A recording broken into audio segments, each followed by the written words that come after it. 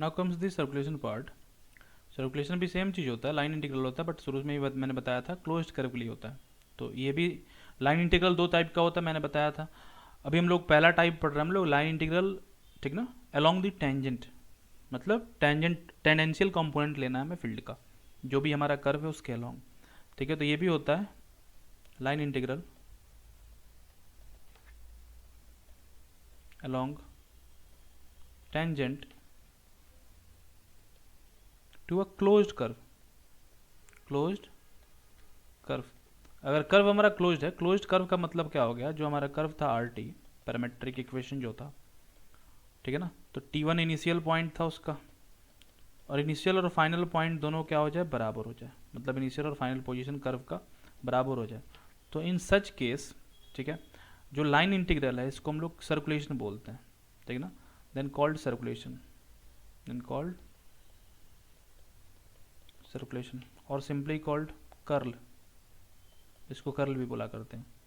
ठीक है, अगर ये जो लिमिट है, और दूसरी बात, अगर एक क्लोज्ड कर्व के लिए ना होता, ठीक है ना, अगर क्लोज्ड कर्व के लिए ना होता तो इसको हम लोग सिंपली फ्लो बोलते हैं, ठीक है ना, या फिर बोल सकते हो फ्लो ही सर्कुलेशन कहलाता है, कब, जब कर्व क्या हो जाए, क्लोज्ड हो जाए, ठीक है ना।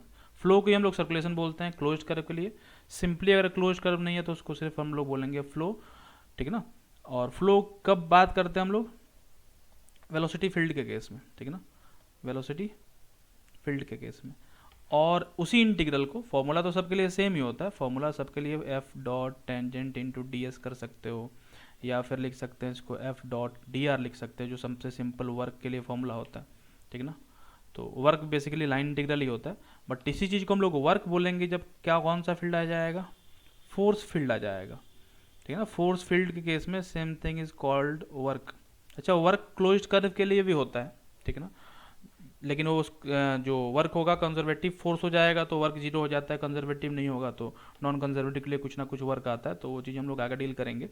ठीक, तो सर्कुलेशन बेसिकली क्लोज्ड कर्व के लिए जब हम लोग इंटीग्रेट करते हैं लाइन इंटीग्रल अलोंग टेंजेंट, जो हम लोग कर रहे थे, मतलब जो फील्ड वेक्टर है उसका टेंजेंशियल कंपोनेंट लेंगे, किसके टेंजेंट, कर्व के टेंजेंट या पैरामेट्रिक इक्वेशन के टेंजेंट, ठीक है, तो उसको हम लोग सर्कुलेशन बोलते हैं। Otherwise simply it is called work और फ्लो।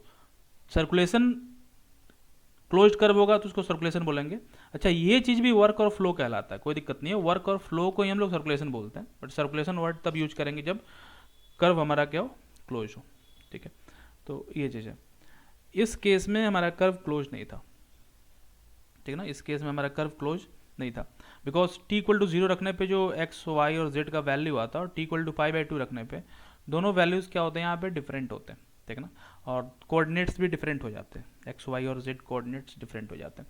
अगर इनिशियल यानी कि T1 और फाइनल यानी कि T2 दोनों के वैल्यूज़ को R में पुट करने पे वैल्यू एक्स वाई जेड का सेम आए, मतलब विल हैव सेम कोऑर्डिनेट, ठीक है ना, जो एक्स वाई और जेड कोऑर्डिनेट है वो सेम हो, ठीक, देन उस केस में अगर इंटीग्रेट करते हैं हम लोग लाइन इंटीग्रल अलोंग टेंजेंट, मतलब टेंजेंशियल कंपोनेंट लेते हैं, ठीक है, तो वो चीज़ सर्कुलेशन कहलाता है।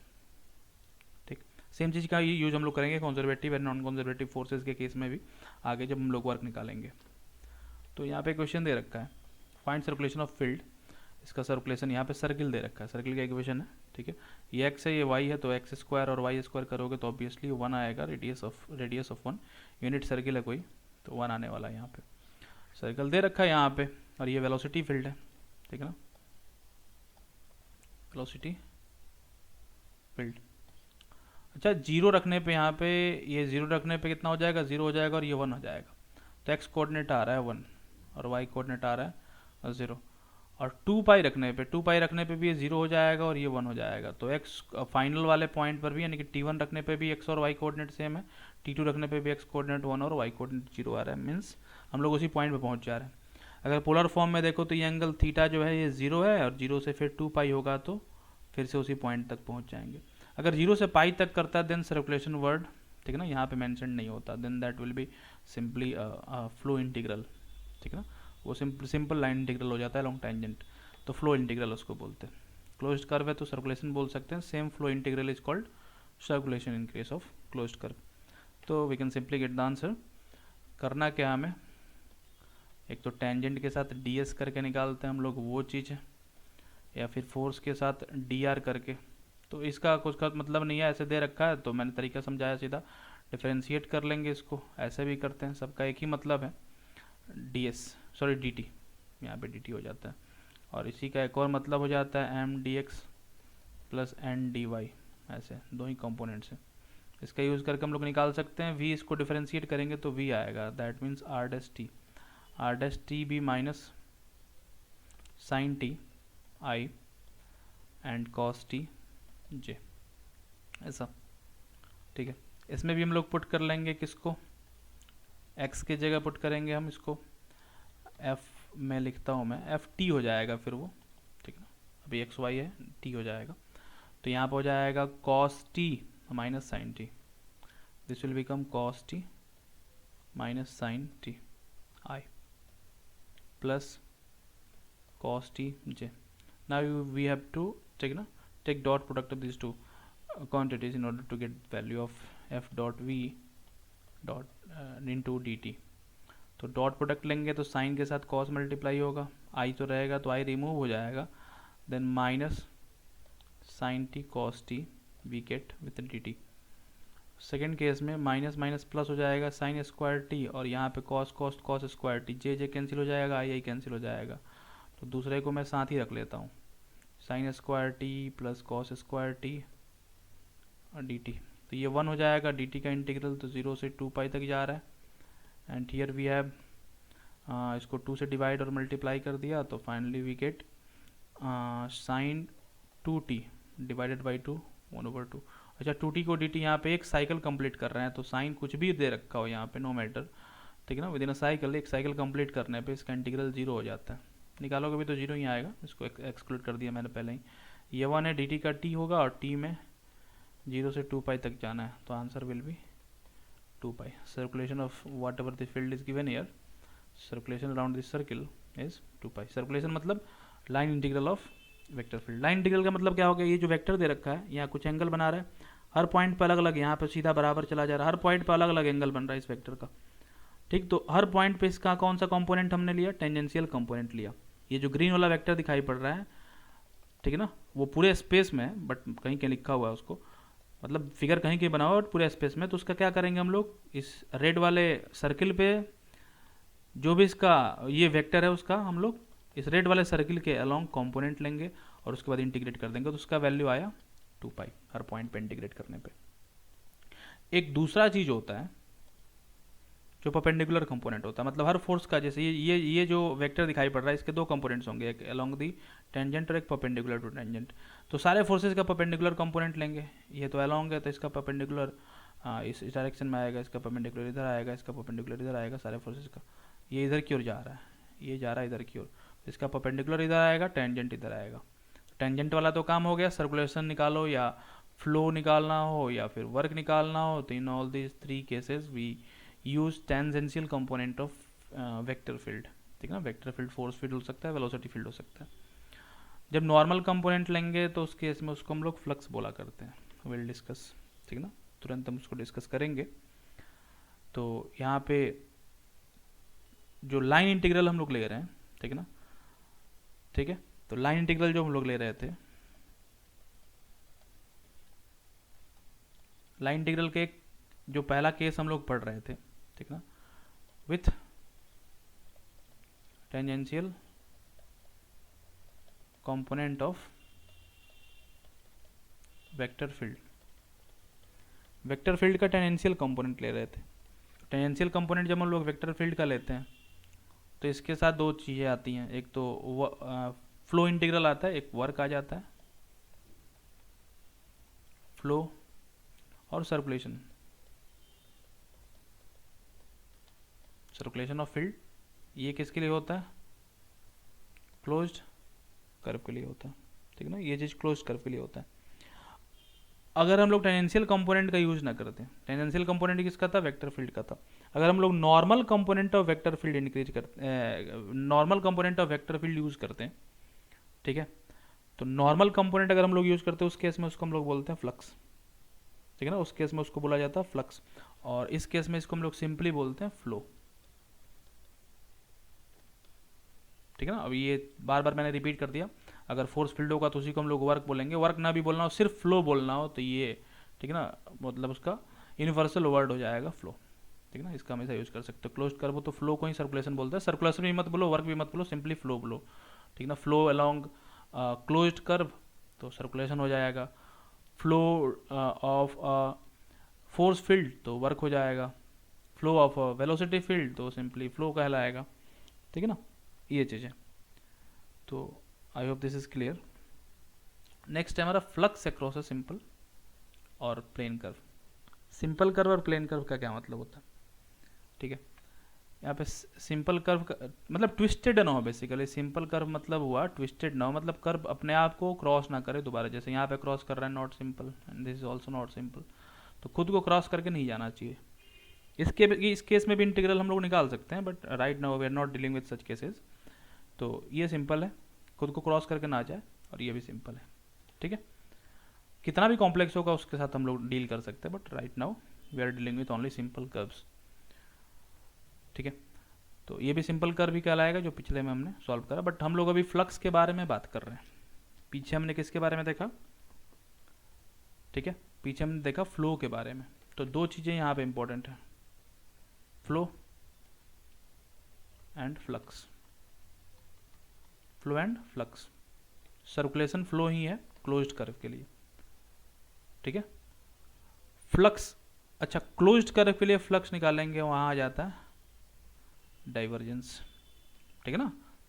क्लोज्ड कर्व के लिए फ्लो निकालेंगे, सर्कुलेशन कहलाता है, क्लोज्ड कर्व के लिए फ्लक्स निकालेंगे, डाइवर्जेंस कहलाता है। I think this is clear, ठीक है। तो इस पे आते हैं हम लोग, फॉर्मूला थोड़ा सा कंपेयर करता हूँ। जैसे ये यहाँ पे एक डायग्राम ही ले लेता हूँ मैं, हाँ, let me take another colour. ये मान लो कोई वेक्टर फील्ड है हमारे पास, this is a vector field, ऐसा कुछ है, एंड इसमें हमने एक कर्व बनाया ऐसा, let this curve is something like this, ठीक है। एंड ये जो वेक्टर फील्ड दिखाई पड़ रहा है, इस कर्व के लॉन्ग कंपोनेंट बनाएंगे टेंजेंट डायरेक्शन में, तो उसका यूज हम लोग करते हैं क्या निकालने के लिए, फ्लो निकालने के लिए, ठीक है ना। उसकी आवश्यकता नहीं है, इसका नॉर्मल कंपोनेंट लेना है हमें, इस वेक्टर फील्ड का नॉर्मल कंपोनेंट। किसके नॉर्मल, ये येलो वाले लाइन के नॉर्मल, कर्व के नॉर्मल, ये जहाँ है वहीं रहेगा, ये तो नॉर्मल ही दिखाई पड़ रहा है, तो ये नॉर्मल ही है, इसका कोई कंपोनेंट अलॉन्ग नहीं बनेगा, ठीक है। और ये फील्ड है कोई एफ, इसका नॉर्मल तो इधर आएगा, यहाँ पे normal component of field at every point on the curve. इस नॉर्मल कंपोनेंट के साथ आगे हम लोग डिस्प्लेस करेंगे जो ds, ठीक है। तो यहाँ पे करना क्या है, फील्ड लिया हमने f, अच्छा इसका क्या करना है हमें फील्ड का, जैसे f dot tangent unit vector हमने करा था, तो ये f कॉस थीटा आता कुछ, ये तो यूनिट वेक्टर है ना, तो ये जो आता ये पूरा का पूरा जो है, कॉस थीटा नहीं लिखता हूँ क्योंकि थीटा तो अलग अलग है, लिख भी सकते हो कोई प्रॉब्लम नहीं है। ये कंपोनेंट टेंजेंशियल कंपोनेंट है, बेसिकली बेसिक वेक्टर आपको समझ में आना चाहिए। तो ये टेंजेंशियल कंपोनेंट है ऑफ एफ, किसके टेंजेंट, हमारे पाथ के टेंजेंट। अच्छा वैसे ही एफ को अगर हम लोग नॉर्मल यूनिट वेक्टर से मल्टीप्लाई कर दे तो ये नॉर्मल कंपोनेंट होगा obviously, normal component of F vector field, किसके नॉर्मल, अगेन हमारे कर्व के नॉर्मल। तो हमने वहाँ फॉर्मूला कैसा बनाया था पिछले वाले केस में, डी और यहाँ पे ds कर लिया था। ds क्या था, dr का, अब यहाँ पे दो वेक्टर थोड़ी लिखेंगे हम लोग, dr को ही हम लोग लिखते हैं ऐसे, टेंजेंट इंटू ds, टेंजेंट दे रहा है हमें क्या, डायरेक्शन, dr किस डायरेक्शन में होता है, टेंजेंशियल डायरेक्शन में होता है ऑब्वियसली, और ds उसका लेंथ होता है, इसी का मैग्नीट्यूड होता है ds, तो मैग्नीट्यूड टाइम्स डायरेक्शन। तो वही चीज़ हमने लिखा था, इसी चीज़ को dr हम लोगों ने लिखा था, तो फोर्स डॉट डिस्प्लेसमेंट उसका सेंस देता है एक तरह से, ठीक है।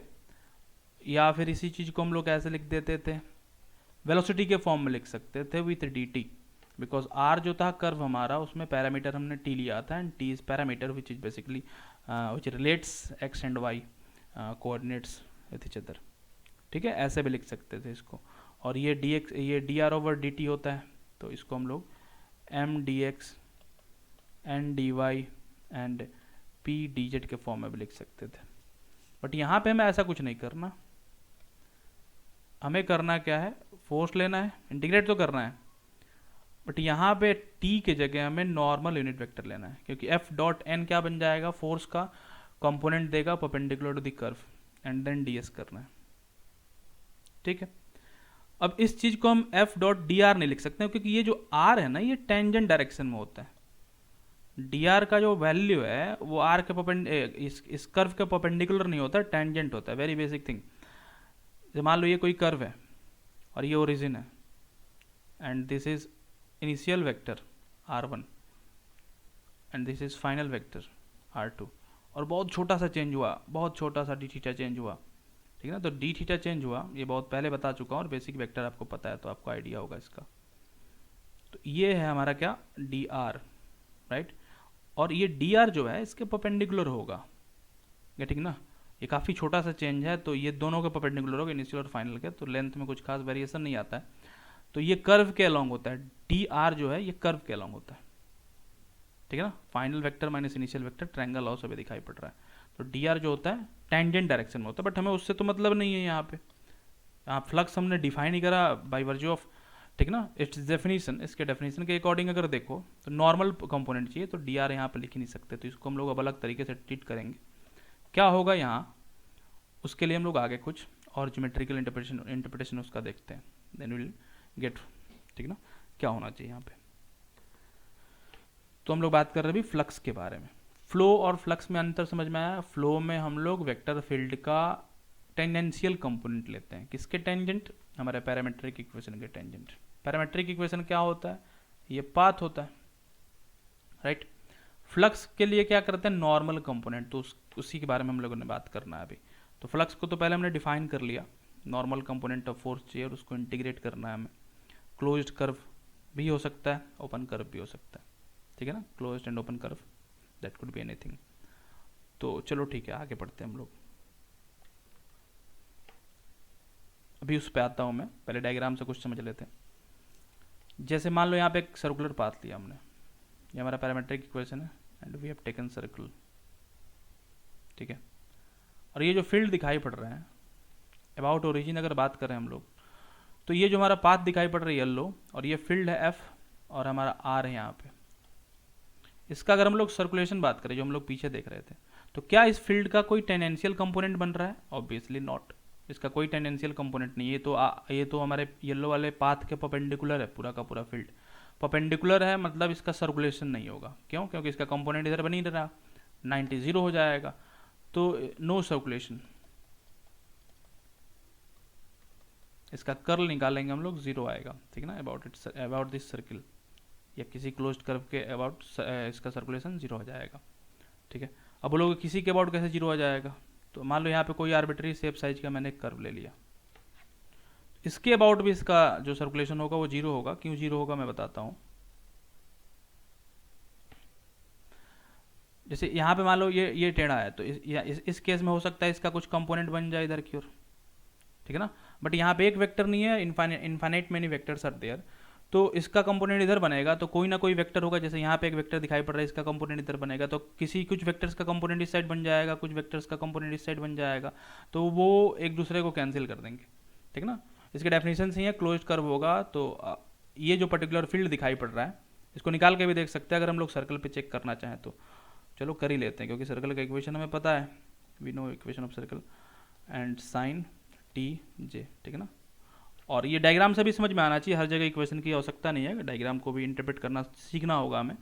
सर्कुलेशन इसका है नहीं, ऐसे भी समझ लो कि सर्कुलेशन डिफाइंड होता है वो घूम रहा है कि नहीं घूम रहा है वेक्टर फील्ड उसका, ठीक है ना, how much it is circulating about origin और whatever the points reference points are there, ठीक है। तो सर्कुलेशन इसका आएगा नहीं। यहाँ पे x की जगह cos रखेंगे और y की जगह sin रखेंगे। here we need velocity that is sin ti plus cos t j, right. And फिर हमें निकालना है इसका सर्कुलेशन, क्लोज्ड कर्व 0 to 2 पाई कर लेते हैं इसको, है ना। और यहाँ भी क्या आ जाएगा, यहाँ पे हम लोग लिखेंगे cos t, यहाँ पे लिखेंगे sin t, और इससे इसको मल्टीप्लाई करेंगे तो cos sin, तो ये माइनस आ जाएगा cos t sin t, और यहाँ पे प्लस में आ जाएगा sin t कॉस टी। तो ये माइनस प्लस ऐसे ही कट गया, इंटीग्रेट होगा ही नहीं, तो जीरो आ रहा है ऐसे भी, ठीक है। बट यहाँ पे फ्लक्स बनेगा, इस केस में फ्लक्स बनेगा क्योंकि परपेंडिकुलर कंपोनेंट जा रहा है, इसका सब कंपोनेंट किधर की ओर है, बाहर की ओर है, तो यहाँ पे कंप्लीट फ्लक्स बनेगा, ठीक ना, यानी कि डाइवर्जेंस बनेगा, वेक्टर्स डाइवर्ज कर रहे हैं, एक दूसरे से दूर जा रहे हैं। क्लोज्ड कर्व, मैंने बोला कि फ्लक्स को ही हम लोग डाइवर्जेंस बोलते हैं अगर कर्व क्या हो, क्लोज्ड हो, गुड। तो ये मतलब इसका, बट कर्ल नहीं बनेगा इस केस में, कंप्लीट कर्ल बनेगा, यानी कि सर्कुलेशन बनेगा, डाइवर्जेंस नहीं बनेगा, ठीक है ना, डाइवर्जेंस नहीं बनेगा। तो I think this is clear. इसको सॉल्व करके हम लोग देख सकते हैं। तो अभी तो मैं आगे बढ़ता हूँ, पहले फ्लक्स को और डिस्कस कर लें हम, ठीक है, तो उसको मैं थोड़ा समझाऊंगा और। तो I think this is clear. आता है यहाँ पे, अब फ्लक्स को ही हमें लिखना है, तो पहले हम लोग एन जो नॉर्मल कंपोनेंट है ना, एन जो है उसके बारे में हम लोग डील करते हैं।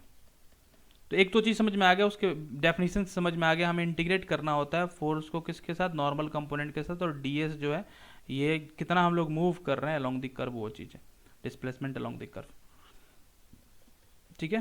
तो ये फ्लक्स हो गया। मान लो हमारा जो कर्व है, हम 2D प्लेन के बारे में बात कर रहे हैं, कोऑर्डिनेट तो हमने तीनों लिया है, बट हमारा जो कर्व है ना, हमारा कर्व है वो अगर XY प्लेन में, 2 डायमेंशनल प्लेन में, यहाँ पे हम लोग बात कर रहे हैं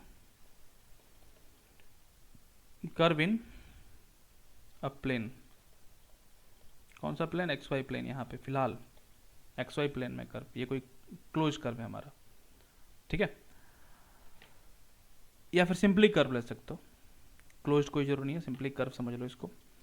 देखो यहाँ जरा, दोनों एक ही चीज़ है, किसी एक डायग्राम समझते हैं, इसे समझते हैं हम लोग इस सेंस में जा रहा है, इधर से इधर, ठीक ना, ये एंटी क्लॉकवाइज सेंस में जा रहा है इधर की ओर। तो हमें कौन सा कंपोनेंट चाहिए, ये वाला, ये नॉर्मल है, ये हमारे रेड वाले कर्व के नॉर्मल कंपोनेंट है, ठीक है। और इसी प्लेन में कोई वेक्टर फील्ड होगा, मान लो इधर की ओर कोई वेक्टर फील्ड है, ऐसे XY प्लेन में एक वेक्टर फील्ड है, ठीक है। तो कोई भी फील्ड हो, हमें बस नॉर्मल निकालना है। एफ तो दिया रहेगा ना क्वेश्चन में, एफ गिवन है हमें, जो भी इशू है किसका, एन का। एन कहाँ से निकालना होता है, एन किससे रिलेटेड होता है, एन तो रिलेटेड होता है RT से।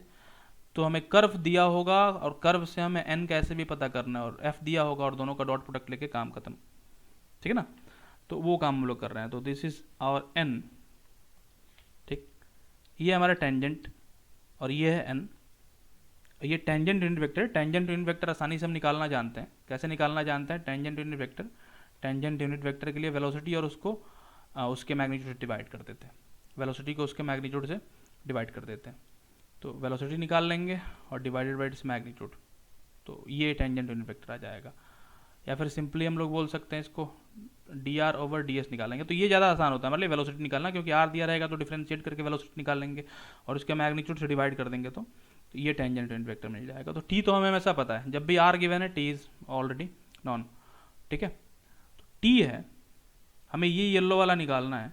अच्छा एक चीज़ समझो जरा, अगर ये XY प्लेन में है तो इस कर्व के परपेंडिकुलर वाला जो होगा वो k यूनिट वेक्टर होगा, ठीक है।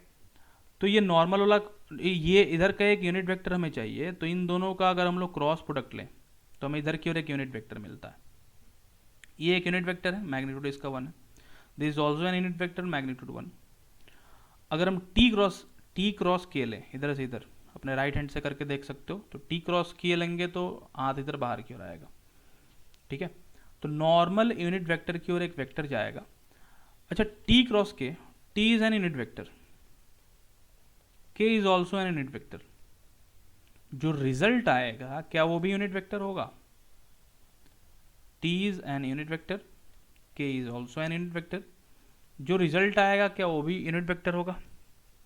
मे और मे नॉट भी हो सकता है कि नहीं हो सकता, सोचेंगे जरा इसको ध्यान से। t cross k, t unit vector है, यहाँ पे हम लोग निकाल रहे हैं क्रॉस प्रोडक्ट, इन दोनों के बीच के एंगल पर डिपेंड करेगा ऑब्वियसली। a कोई यूनिट वेक्टर है, b भी कोई यूनिट वेक्टर, यूनिट वेक्टर का मतलब इसका मैग्नीट्यूड 1 है, इसका भी मैग्नीट्यूड 1 है, बट बीच का एंगल अगर π/2 है, परपेंडिकुलर है दोनों, तो फिर ठीक है।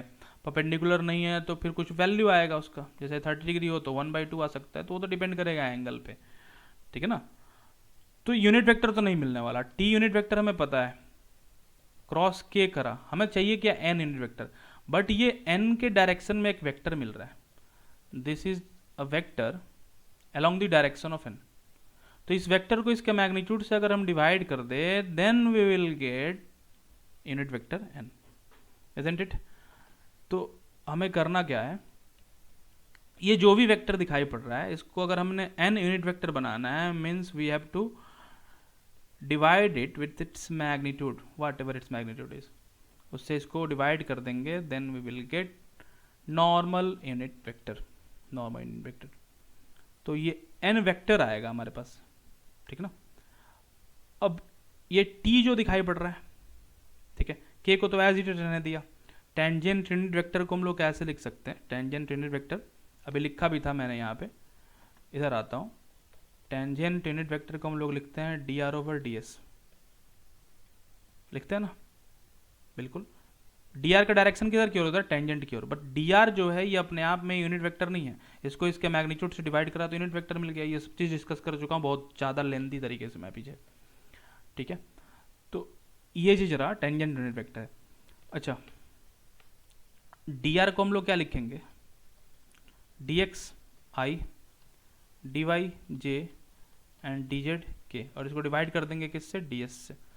तो dx over ds i, dy over ds j, और k तो लेना नहीं है हमें क्योंकि हम लोग अभी 2D प्लेन में बात कर रहे हैं, तो ये चीज़ लिख सकते हैं। और इसके बगल में टेंजेंट का हमने डॉट प्रोडक्ट लेना था किसके साथ, k के साथ, मीन्स हम लोग इसको लिखेंगे dy over dsj and have to take dot product with k।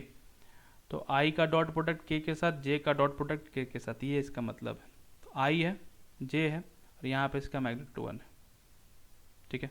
Cross product, sorry dot product नहीं, क्रॉस, डॉट तो ऐसे ही जीरो हो जाएगा i j का k के साथ। तो क्रॉस प्रोडक्ट लेंगे तो i cross k minus j होता है यहाँ तो है, और ds over dx as it is रहेगा, ठीक है। ये ds जो है r का मैग्नीट्यूड है, dr का मैग्नीट्यूड है, change in r, magnitude of change in r, ठीक है। इसको हम लोग ऐसे भी लिख सकते हैं, वेलोसिटी टाइम्स dt, ये दिमाग में रखेंगे जरा, ये नीचे वाला वेलोसिटी टाइम्स dt का मैग्नीट्यूड है।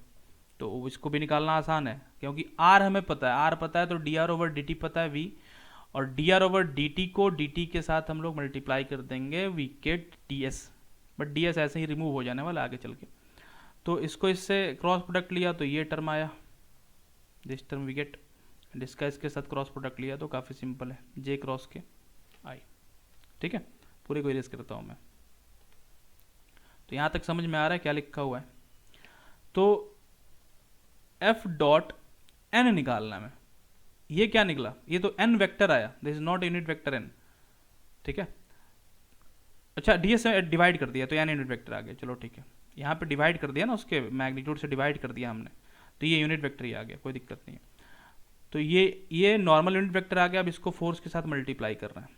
फोर्स में क्या था, फोर्स में एम आई था, एन जे, टू डी हमने प्लेन ले रखा है, तो फोर्स फील्ड बोलो या वेक्टर फील्ड बोलो, जो भी बोलो। तो यहाँ पे एक्स कंपोनेंट है इसका और वाई कंपोनेंट है। अब एफ है, मैंने फोर्स बोल दिया, कोई फर्क नहीं पड़ने वाला, वेक्टर बोल सकते हो।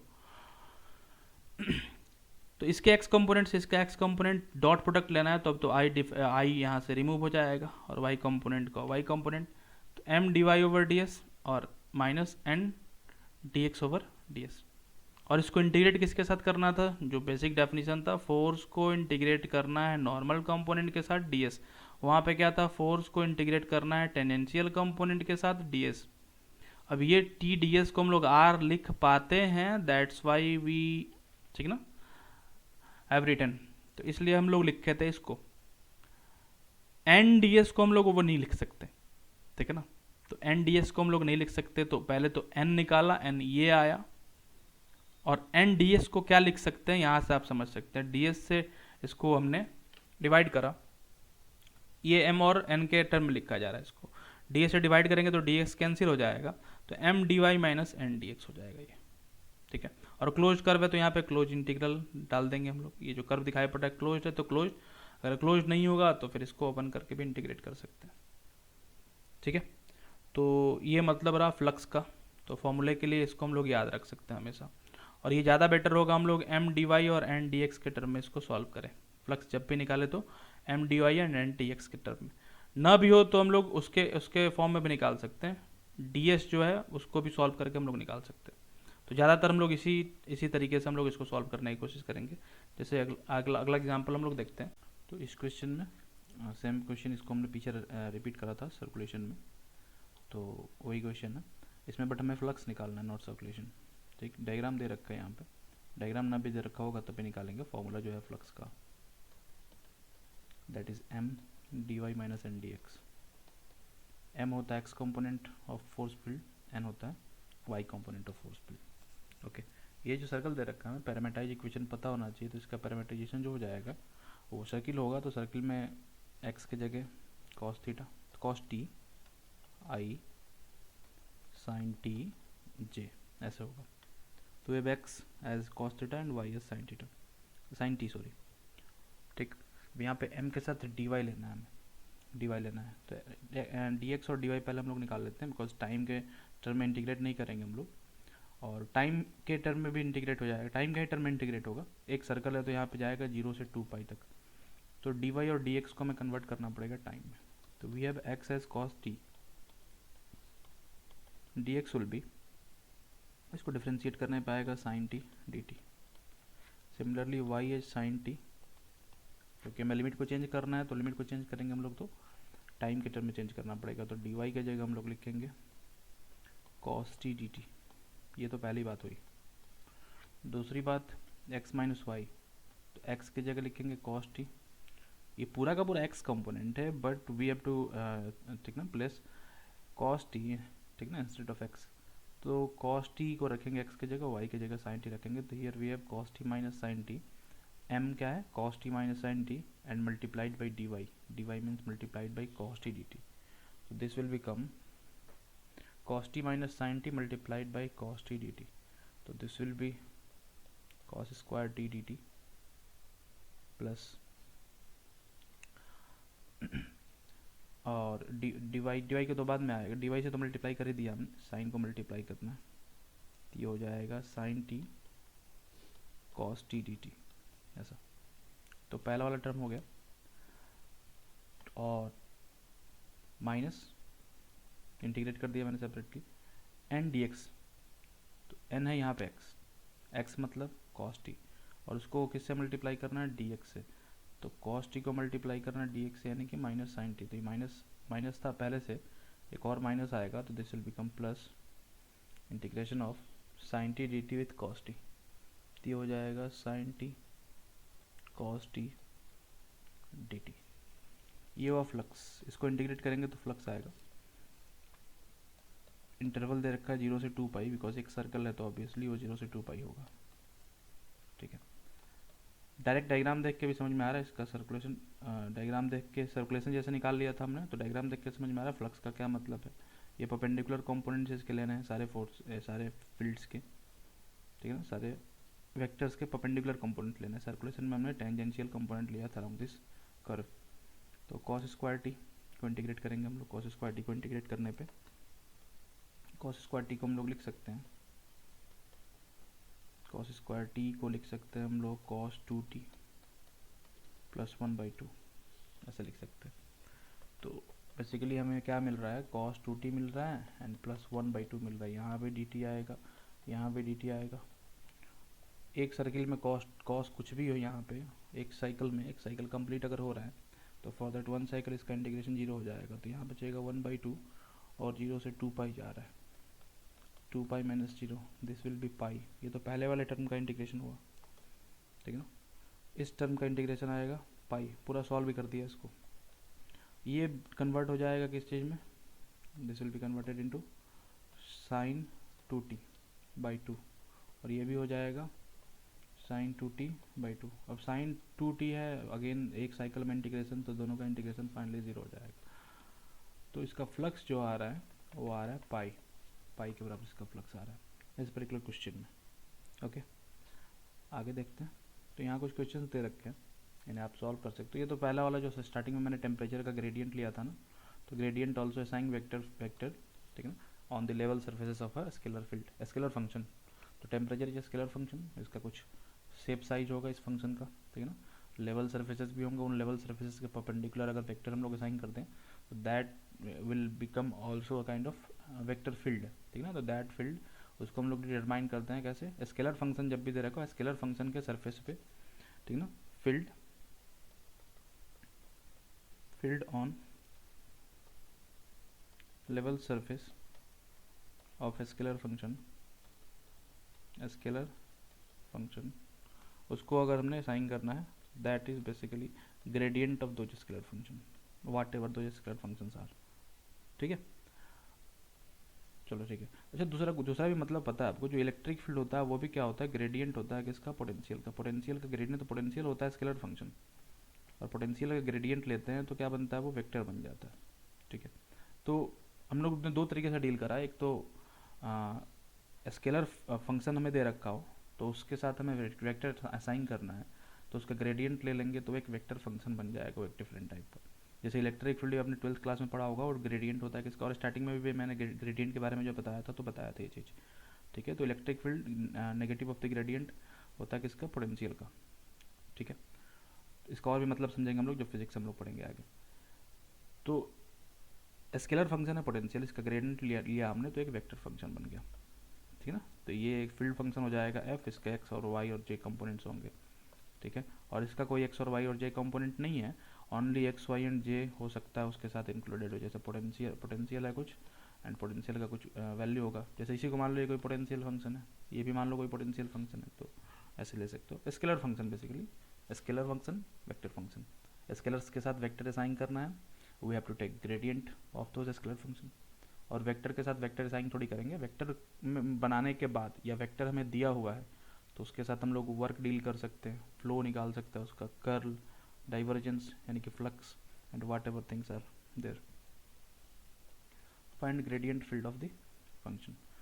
तो ग्रेडियंट निकालना, तो ग्रेडियंट सिंपल आपको आता है क्या होता है, ठीक है ना।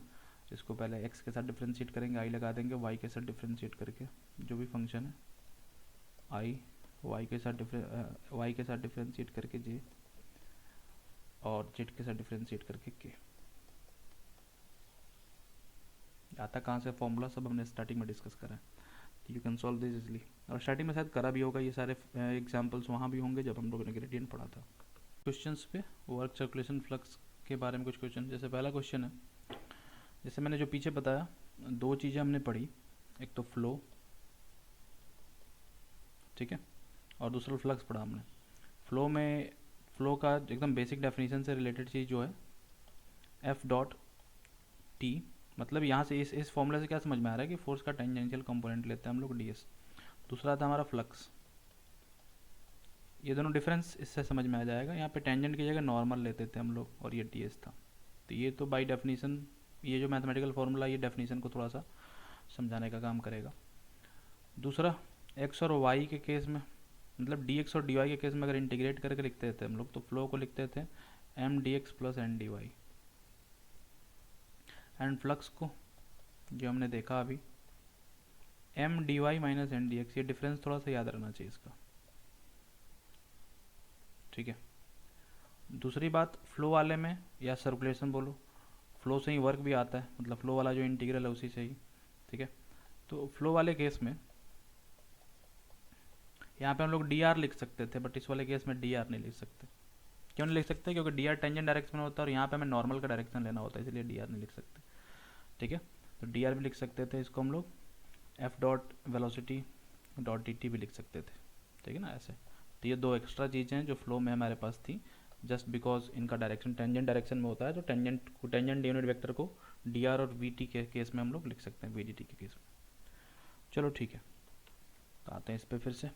ये क्वेश्चन दे रखा है यहाँ पे, फील्ड दे रखा है एक, ठीक है ना, फोर्स फील्ड है और वर्क पूछ रहा है, तो फोर्स जब होगा तो वर्क क्या लाता है, वो line integral along the tangent. Parametric equation दिया हुआ नहीं है, बट बोला हुआ यहाँ पे स्ट्रेट लाइन है passing through this two given points, तो स्ट्रेट लाइन है तो वी कैन फाइंड इसलिए पैरामीट्रिक इक्वेशन, ठीक है। और पैरामीटर क्या होगा, जैसे यहाँ पे समझ लो जरा, इस स्ट्रेट लाइन का पहले इक्वेशन निकाल लेते हैं। तो स्ट्रेट लाइन का इक्वेशन क्या होता है, y माइनस वाई नोट के लिए कोई पॉइंट ले लेता हूँ, let 1 divided by x minus x naught के लिए भी 1 ले लेता हूँ, इज इक्वल टू स्लोप इसका कितना होगा, 3 माइनस 2 2 हो जाएगा और 2 माइनस 1 1 हो जाएगा, मतलब स्लोप इसका 2 होगा, ठीक है ना। तो ये स्लोप हो जाएगा और ये अननोन पॉइंट से, तो ये हो जाएगा y minus 1 is equal to, ये तो पता होगा, ये निकालना आना चाहिए, ये -1 है और यहाँ पे आएगा -2, तो ये हो जाएगा, इधर जाने के बाद 1 प्लस हो जाएगा तो 1 हो जाएगा। y is equal to 2x minus 1। ये x और y का, तो पैरामीटर क्या करता है, parameter t basically gives us relation between x and y का रिलेशन देता है। तो सिंपल हम लोग कोई भी पैरामीटर चूज कर सकते हैं which can satisfy this particular equation. तो x की जगह अगर मैं t ले लेता हूँ, if I take x is equal to t, then y will be 2t minus 1 simply. ठीक है। दूसरी बात, जब इंटीग्रेट करेंगे हम लोग, आगे इंटीग्रेशन का तो ज़रूरत पड़ेगा, तो जब हम लोग इंटीग्रेट करेंगे इसको मैं इस तरीके से बनाता हूँ, वेलोसिटी के भी टर्म में बना सकते हो। जैसे अगर फ्लो निकालना है पहले वाले केस में, तो अगर तुम सोच रहे हो कि इस पैरामीटर लेने की क्या हो सकता है, इसको ऐसे क्यों नहीं कर लेते हम लोग, एन डी वाई कर सकते थे। और यहाँ पे प्रॉब्लम क्या है, यहाँ पे m को dx के साथ इंटीग्रेट करना है, बट m में यहाँ पे दो चीज़ें हमारे पास। ये अगर वेक्टर फंक्शन ना होता, अगर ये स्केलर फंक्शन होता तो ये इंटीग्रेशन निकालना पॉसिबल था। वेक्टर फंक्शन है तो फिर d यहाँ पे एक्स वाई हो जाएगा, एक्स वाई को dx के साथ इंटीग्रेट नहीं कर सकते, ठीक है ना, क्योंकि दो वेरिएबल्स हैं यहाँ पे। तो इसलिए इसको हम लोग किस टर्म में कन्वर्ट कर रहे हैं, पैरामेट्रिक फॉर्म में कन्वर्ट करके, एंड देन फ्लो या वर्क बोलो इसको, इसी चीज़ को हम लोग वर्क बोलेंगे। तो फोर्स को वेलोसिटी के साथ मल्टीप्लाई करके और तब निकालेंगे, फोर्स का डॉट प्रोडक्ट लेंगे वेलोसिटी के साथ एंड dt। तो टाइम का लिमिट होगा, तो यहाँ से t1 से t2 तक इसको इंटीग्रेट करना पड़ेगा। अच्छा, यहाँ पे वैल्यू जो दे रखा है x और y का वैल्यू दे रखा है, ना कि टाइम का, तो किसी से भी लिमिट निकालो आ जाएगा। पहले वाले में x कितना है 1, तो x अगर 1 लेंगे तो t कितना हो जाएगा 1, मतलब इनिशियल वाला टाइम हमारा 1 है। टाइम नहीं बोलो उसको, t पैरामीटर बोल सकते हो, whatever you want to say, तो सिंबल है बस। और x इज इक्वल टू, तो t equal to 2, t2 is equal to 2। तो 1 से 2 तक बेसिकली इसको हमें इंटीग्रेट करना है, ठीक है ना, 1 से 2 तक इसको इंटीग्रेट करना है। x का यहाँ मिल गया वैल्यू हमें, और y का मिल गया, पैरामीटर मिल गया। तो पैरामेट्रिक इक्वेशन जो होगा r, that will B T i plus 2t minus 1j। तो वेलोसिटी यहाँ से निकालना है अगर हमें, यानी कि v डेरिवेटिव ऑफ r, तो ये हो जाएगा i and plus here we have 2j only, तो i प्लस 2j, इसका डॉट प्रोडक्ट लेंगे हम लोग इसके साथ। अच्छा, फोर्स को भी हम लोग x और y के टर्म में लिख लेते हैं, तो t के टर्म में बेसिकली लिख लेते हैं। तो x के जगह तो यहाँ पे आएगा t इस वाले पे पॉइंट पे, और y के जाएगा 2t माइनस 1। तो t को 2t माइनस 1 से मल्टीप्लाई करेंगे तो ये हो जाएगा 2t square minus T i, plus y के जगह लिखेंगे 2t माइनस 1 और माइनस हो जाएगा t, तो 2t माइनस 1 माइनस टी, तो t माइनस 1 हो जाएगा ये, t माइनस 1 j, ये हो जाएगा फोर्स। यहाँ पे हमारे पास वेलोसिटी यानी कि v, और वेलोसिटी बोलो या जो बोलो, ठीक है ना, बेसिकली इसको सोचना ऐसे कि डेरिवेटिव है r का, और यहाँ पे फोर्स, दोनों का डॉट प्रोडक्ट लेते हैं। तो x वाला जो कंपोनेंट है इसके x से मल्टीप्लाई होगा, यहाँ पे 1 है, तो this will be 2t square minus T only, ठीक है, इंटू डी टी हो जाएगा। यहाँ ये डी टी को मैंने ले लिया, अलग अलग इंटीग्रेट कर ही लेते हैं 1 से 2 तक। दूसरे वाले केस में प्लस t माइनस 1 को 2 से मल्टीप्लाई करेंगे, तो 2t minus 1 D T and 1 से 2 तक अगेन, ठीक है, एंड इसको इंटीग्रेट कर लेंगे। यहाँ पे हो जाएगा 2t Q over 3 minus T square over 2 यहाँ पे, ठीक है। और दूसरे वाले केस में हो जाएगा प्लस 2t स्क्वायर ओवर 2 और माइनस 2t, इसको इंटीग्रेट करना था 1 से 2 तक। इसमें वैल्यू रख के हम लोग पुट कर लेंगे, सॉल्व कर देता हूँ। यहाँ पे ये 2 से 2 कैंसिल हो जाएगा, यहाँ ऊपर 2 रखेंगे तो ये आएगा 8 टू 16 ओवर 3 माइनस यहाँ पे 4 ओवर 2, तो 2 आएगा, माइनस नहीं प्लस हो जाएगा वो, यहाँ पे 2 का square 4 and minus 4 again, and minus करना 1 रख के इसमें, तो 1 रखेंगे इसमें हम लोग, तो यार we have 2 over 3 minus 1 by 2 plus 1 minus 2, ये कुछ ऐसा होगा। इसको सॉल्व करेंगे 4 कैंसिल हो जाएगा, ये माइनस इससे मल्टीप्लाई होगा, ठीक है। तो इसको मैं यहाँ साइड में, ये -2 और ये माइनस भी यहाँ जाके इसको प्लस कर देगा, तो ये 2 भी कैंसिल होने वाला है, तो 2 को भी मैंने हटा दिया। यहाँ पे 2/3 है, इसको मैं लिखता हूँ यहाँ पे 16 ओवर 3, यहाँ माइनस 1/2 है 1, तो ये हो जाएगा 1/2 अंदर, और 1/2 में माइनस आके मल्टीप्लाई होगा, और 2/3 में भी माइनस आएगा, तो 2/3 और 1/2 बचेगा, 1/2 में माइनस 1/2 हो जाएगा। ये 3 डिनोमिनेटर से हमें ऊपर हो जाएगा 16 minus 2, that will B 14/3 minus 1/2 6, और यहाँ हो जाएगा 28 minus 3, this will B 25/6। Work आएगा इसका 25/6 जूल, ठीक है ना, पहले वाले केस में। तो पैरामीट्रिक इक्वेशन बनाना आना चाहिए अगर गिवन ना हो तो। नेक्स्ट क्वेश्चन है, यहाँ पे हमें वेक्टर फील्ड नहीं दे रखा, हमें एक स्केलर फंक्शन दे रखा है। तो फर्स्ट हमें क्या करना पड़ेगा, वेक्टर फील्ड निकालना पड़ेगा। तो बोल भी रहा है यहाँ पे find work done by gradient of this particular scalar function. तो इसका ग्रेडियंट लेंगे तो हमें क्या मिलेगा, वेक्टर फील्ड, ठीक है। तो ग्रेडियंट जो होगा एफ, ये ग्रेडियंट होगा एफ, स्मॉल एफ का, ठीक है। तो इसका ग्रेडियंट पहले एक्स के साथ इसको डिफ्रेंशिएट करेंगे, एक्स प्लस वाई के स्क्वायर को।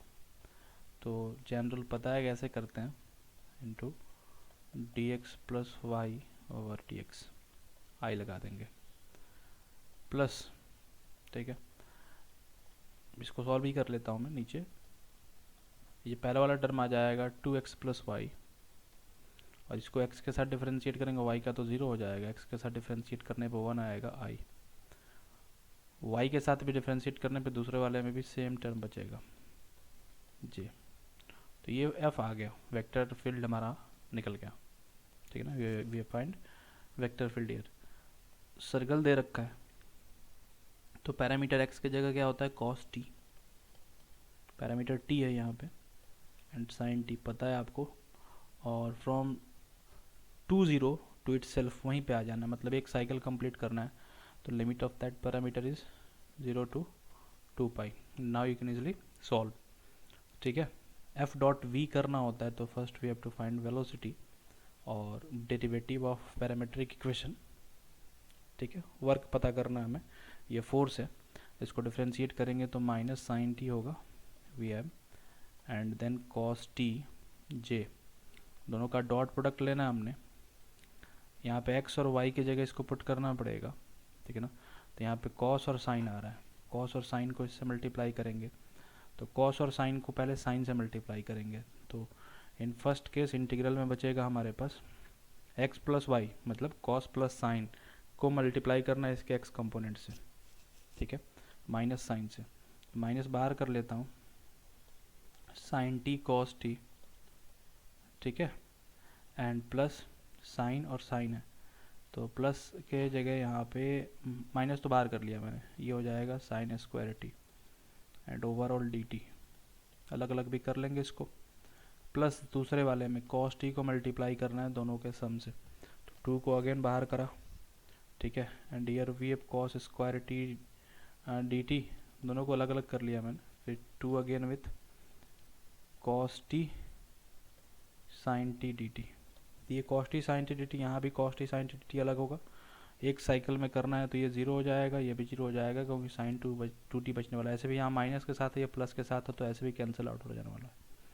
साइन स्क्वायर कॉस स्क्वायर, यहाँ ये माइनस के साथ है, ठीक है, तो cos square T minus sign square t d T, integrate करना है इसको, 2 बाहर है, 0 से 2π तक इंटीग्रेट करना है, 2 कॉमन ले लिया, ठीक है।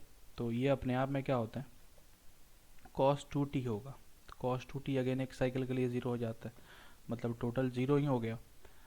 अच्छा, इसका एक और मतलब हो गया, ये जो फील्ड आया है हमारा, ये कॉन्जर्वेटिव फील्ड है, ठीक है। कॉन्जर्वेटिव एंड नॉन कॉन्जर्वेटिव आगे हम लोग फिर से डिस्कस करेंगे, बट बेसिक आपको पता होगा 12th क्लास से कि कॉन्जर्वेटिव फील्ड्स का मतलब क्या होता है, वर्क डन 0 इन अ साइकिल, क्लोज्ड पाथ में वर्क डन 0 हो जाता है।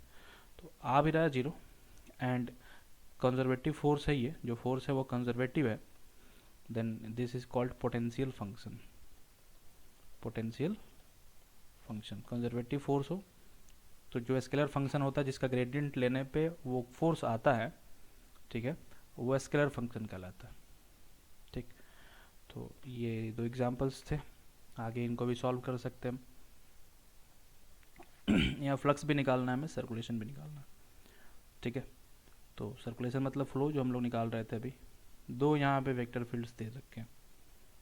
पहला यहाँ केस दे रहा है पैरामीट्रिक इक्वेशन दे रहा है, सर्कल के अराउंड निकालना है, तो निकाल सकते हैं। यहाँ पे x के जगह f1 के जगह f1 को पहले पैरामीटर्स में कन्वर्ट कर लेंगे।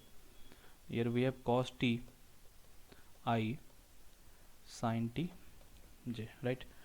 And in case of F2 minus cos t i sine t j, ऐसा। एंड सॉल्व कर सकते हैं, बाकी आगे इंटीग्रेट करने वाला काम है। एक मैं सॉल्व कर देता हूँ। चलो इलिप्स वाला कर लेते हैं। F1 के साथ इलिप्स को हम लोग करके देखते हैं।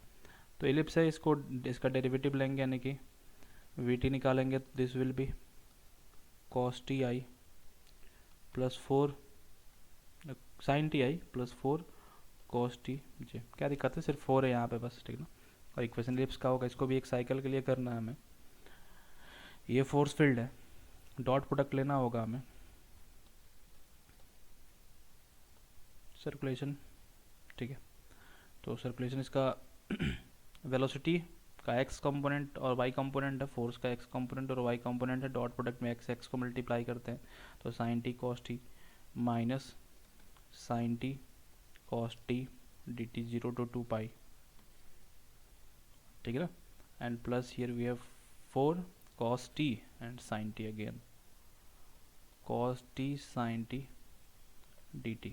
अच्छा ये यहाँ पे एक है, ये 2 है, तो ओवरऑल देखो तो 3 बचेगा ये। एंड ये हो जाएगा 3, 2 से मल्टीप्लाई डिवाइड करा तो 3/2 sine 2t and d t 0 to 2 pi, इसका आंसर आ जाएगा 0। मतलब अगेन जो ये फील्ड दिखाई पड़ रहा है, ठीक है ना, ये जो फील्ड दिखाई पड़ रहा है वो फील्ड कॉन्जर्वेटिव है। अगर वो फोर्स है तो इसलिए, अदरवाइज कोई मतलब नहीं है। फोर्स फील्ड हो तो कॉन्जर्वेटिव और नॉन कॉन्जर्वेटिव का मतलब क्लोज्ड पाथ में इंटीग्रल 0 हो जाता है, ठीक है। फिलहाल जो सर्कुलेशन बोला था वो निकाल सकते हो, कर्ल इसका 0 आ रहा है, ठीक है। दूसरे वाले को भी सॉल्व कर सकते हैं, इसका कुछ कर्ल आ सकता है, ये नॉन कंजर्वेटिव होगा कहीं, ठीक है। कॉस टी था पहले वाले के केस में, एंड वेलोसिटी में भी माइनस था, तो ये प्लस हो जाएगा, ठीक है। तो नहीं, ये मतलब डॉट प्रोडक्ट लेंगे तो पहले वाले में प्लस आएगा, दूसरे वाले में प्लस आएगा, ठीक। एंड देन उसको सॉल्व कर सकते हैं, जो भी होगा 0 आए ना आए कोई फ़र्क नहीं पड़ता, आप सॉल्व करके चेक कर लेंगे इसको। यहाँ एक और एग्जाम्पल दे रखा है, स्क्रीनशॉट लेते रहेंगे जो भी क्वेश्चन है आपको खुद से सॉल्व करना है तो, एंड यू कैन सॉल्व। यहाँ फ्लक्स निकालना है हमें, तो फ्लक्स यहाँ निकालना है तो सिंपल, फ्लक्स के लिए ये वाला चीज़ हम लोग यूज कर लेंगे, m d y minus n d x. करना तो हमें ऐसे भी टी में ही कन्वर्ट करके इसको सॉल्व करना है, बट ये आपको जल्दी से कैलकुलेट करने का एक सेंस देता है, ठीक है ना। एम हमें पता है, फर्स्ट वाले फोर्स से अगर बात करें हम 2xi 3yj, तो m है n है, ठीक है। पैरामीटर भी दिया हुआ है, तो this is x basically and this is y, तो we need dy and dx too, then dx, for dx we have here a sin t dt and for dy we have a cos t dt, ऐसा ये दो चीज़ें। And we can put dx को m के साथ लगा लेंगे, sorry dy को m के साथ लगा लेंगे, इस चीज़ को हम लोग m के साथ, m क्या चीज़ होगा यहाँ पे, हाँ m x की जगह पुट करना पड़ेगा a cos t, तो 2a cos t हुआ, और डी तो यहाँ पे a स्क्वायर हो जाएगा, cos स्क्वायर हो जाएगा एंड dt आएगा। इसको इंटीग्रेट करना है 0 से 2 पाई तक, माइनस फिर 0 से 2 पाई तक इंटीग्रेट करना है। हियर वी हैव 3, तो 3 को बाहर करा मैंने, ए स्क्वायर तो ऑब्वियसली आने वाला है, एंड y की जगह होगा साइन टी, एंड dx के साथ उसको मल्टीप्लाई करना है, तो माइनस था, ये माइनस आके यहाँ पे ये माइनस आके प्लस हो जाएगा, एंड वो जाएगा sine t and sine t, तो साइन स्क्वायर टी हो जाएगा, sine square t d t, ठीक। 2 है 3 है, दोनों 2 2 होता है तो कॉमन करके 1 कर लेते हैं, सॉल्व कर लेते हैं। तो इसको सॉल्व कर सकते हैं, कॉस स्क्वायर टी को, ठीक है। कॉस स्क्वायर टी को हम लोग लिख सकते हैं कॉस 2t का जो फॉर्मूला होता है उसके अकॉर्डिंग, जैसे कॉस 2t का फॉर्मूला होता है 2 कॉस स्क्वायर टी माइनस 1, तो कॉस स्क्वायर टी को हम लोग क्या लिख सकते हैं, कॉस 2t प्लस 1/2। इसको यहाँ पुट कर लेंगे, लीनियर ये तो 2 डिग्री में है, सिंगल डिग्री में आ जाएगा, एंड देन उसको हम लोग सॉल्व कर सकते हैं। कर देता हूँ इसको, 2a स्क्वायर, अच्छा जहाँ भी मैंने बोला था कॉस 2t हो साइन 2t हो तो उसका तो जीरो हो जाता है, तो ये dt है, पहला वाला टर्म जीरो हो जाएगा, 1/2 को इंटीग्रेट करना पड़ेगा, 2 एक और पहले से भी है, 2 कैंसिल हो जाएगा, then we left with a square only, a square dt only 0 से 2 पाई, यहाँ एक ऐसा बचेगा। ठीक है, दूसरे वाले केस में साइन स्क्वायर है। ठीक है, तो यहाँ पे cos 2t माइनस 1/2 हो जाता है ये।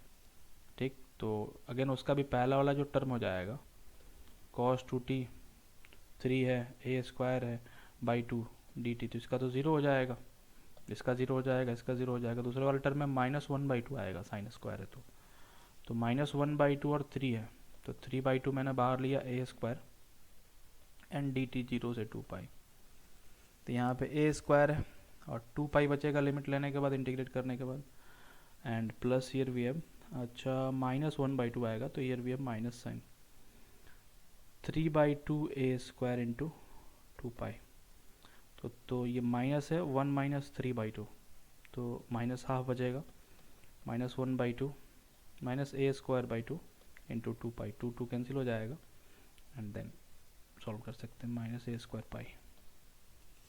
ठीक है, तो ये फ्लक्स निकला इस क्वेश्चन में।